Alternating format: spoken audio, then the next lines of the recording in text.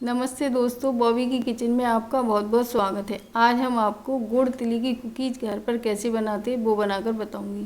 सर्दियाँ आ गई हैं। आपने सर्दी के मौसम में कई प्रकार की तिल और गुड़ की गजक खाई होगी, क्योंकि ये काफ़ी फ़ायदेमंद है। इनकी तासीर काफ़ी गर्म होती है, तिल भी गर्म होते हैं और गुड़ भी गर्म होता है। क्योंकि सर्दियों में हमें गर्म चीज़ खाने की थोड़ी आदत सी भी होती है और अच्छा भी लगता है शरीर के लिए। इसीलिए आज मैं इन दोनों से आपको गजक बनाने की बजाय कुकीज़ कैसे बनाते हैं वो बनाकर बताऊंगी।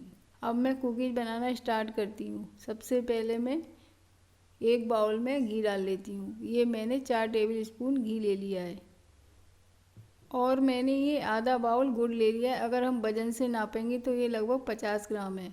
और इसमें मैंने 1 टेबल स्पून पानी डाल दिया था थोड़ी देर पहले मेल्ट होने के लिए। अब ये मेल्ट हो गया है तो इस घी में मैं इसे मिला लेती हूँ और चम्मच से लगभग इसे मैं 5 मिनट तक चलाऊँगी दोनों को मिक्स करने के लिए।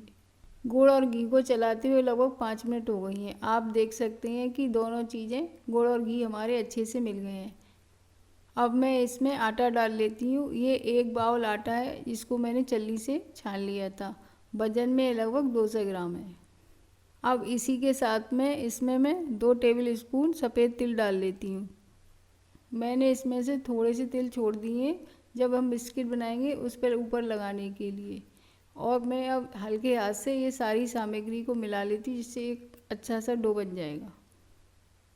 आप ध्यान रखें, इसको ज़्यादा टाइट हाथ से ना चला के बिल्कुल हल्के हाथ से ही बनाना है, क्योंकि ज़्यादा टाइट से बनाएंगे तो जो इसका मोमन है वो समाप्त हो जाएगा। हमारा डो बन गया है। अगर डो आपका पतला हो जाए तो इसमें आप थोड़ा सा आटा मिक्स कर सकते हैं। अगर थोड़ा टाइट लगे तो उसमें आप 1-2 चम्मच दूध डालकर हल्का सा सॉफ्ट कर सकते हैं। अब इस डो को 10 मिनट के लिए हम ढककर सेट होने के लिए छोड़ देते हैं। तब तक मैंने गैस पर एक कढ़ाई को रख दिया है गर्म होने के लिए हाई फ्लेम पर, और इस थाल से मैं इस कढ़ाई को अच्छे से ढक देती हूँ जिससे इसमें एयर ना निकले। अब मैं जिस प्लेट में कुकीज़ बनाऊंगी उस प्लेट में हल्का सा घी लगा लेती हूँ, जिससे हमारी कुकीज़ चिपकेंगी नहीं।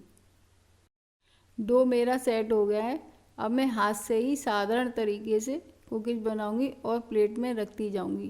कुकीज़ हम थोड़ी दूर दूर रखेंगे। जब ये दूर दूर इसलिए रखते हैं क्योंकि जब बेक होती हैं तो ये फूल जाती हैं, तो आपस में जॉइंट ना हो।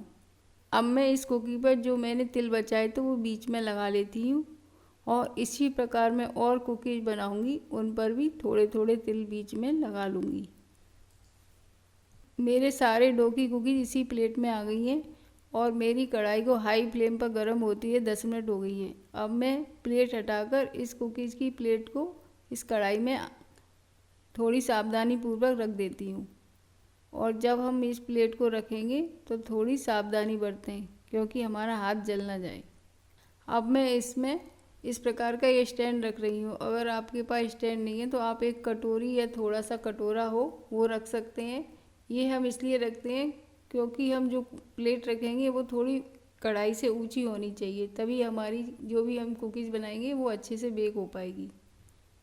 अब मैं प्लेट को चिमटे से बिल्कुल बीचा बीच में कर देती हूँ। और हम जब बेक करें तो ध्यान रखें, कढ़ाई और प्लेट के बीच थोड़ा सा गैप होनी चाहिए, बिल्कुल बंद नहीं होनी चाहिए। अगर बंद हो गई तो हमारी कुकीज़ अच्छे से बेक नहीं हो पाएगी। अब कढ़ाई के ऊपर एक थाली रख देती हूँ और इसके ऊपर वजन रख देती हूँ, ताकि कढ़ाई में से कम एयर बाहर निकले।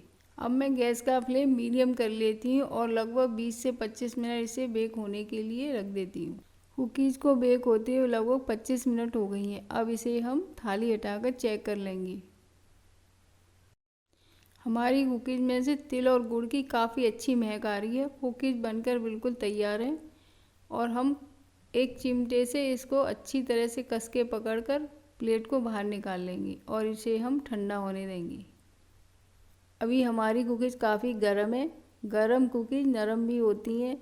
जब ये बिल्कुल ठंडी हो जाएंगी तो ये काफ़ी क्रंची हो जाएंगी। कुकीज़ हमारी रूम टेम्परेचर पर आ चुकी हैं। अब मैं आपको एक कुकीज़ तोड़कर दिखाती हूँ कि ये कितनी क्रंची बनी है।